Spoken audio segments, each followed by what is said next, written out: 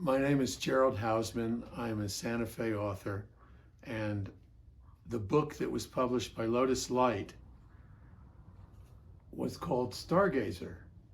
And the beauty of Stargazer is that it's very unsettling. The more unsettling a book is, the more you read it. And the fact is, a book like this had not been published. And I was told that by many Navajo storytellers.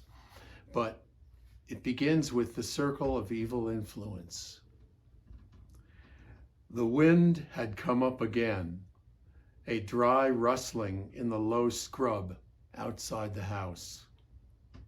I watched Stargazer, the old Navajo medicine man, as he sifted sand through his palm, listening to the dry wind in the mountain mahogany.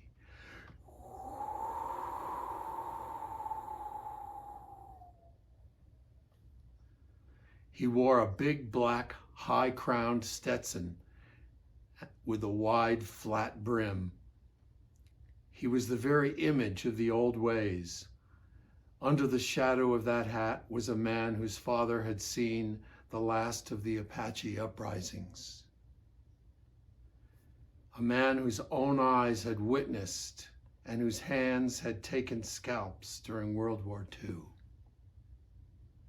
I had the blessed fortune of having the storyteller as a roommate in college at Highlands University in Las Vegas, New Mexico.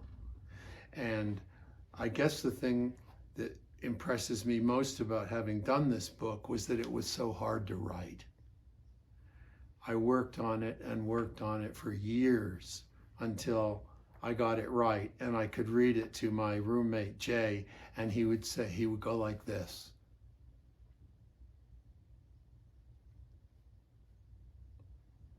That meant I caught the ball in the air and ran with it. So this book is now part of the library of my publisher, and I'm just going to give you a little story, a mini story about the water jar itself, because the water jar here is the one that I've written about.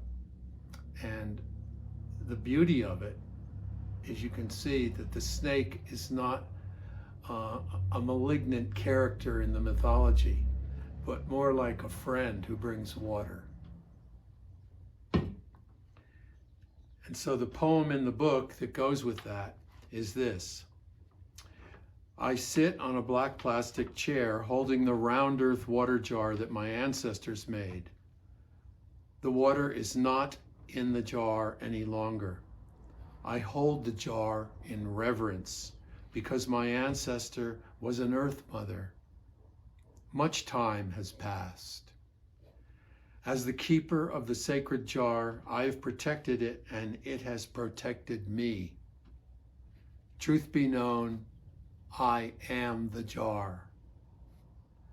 I woke from my dream and I was mystified because my Navajo roommate told me that this was a sacred dream.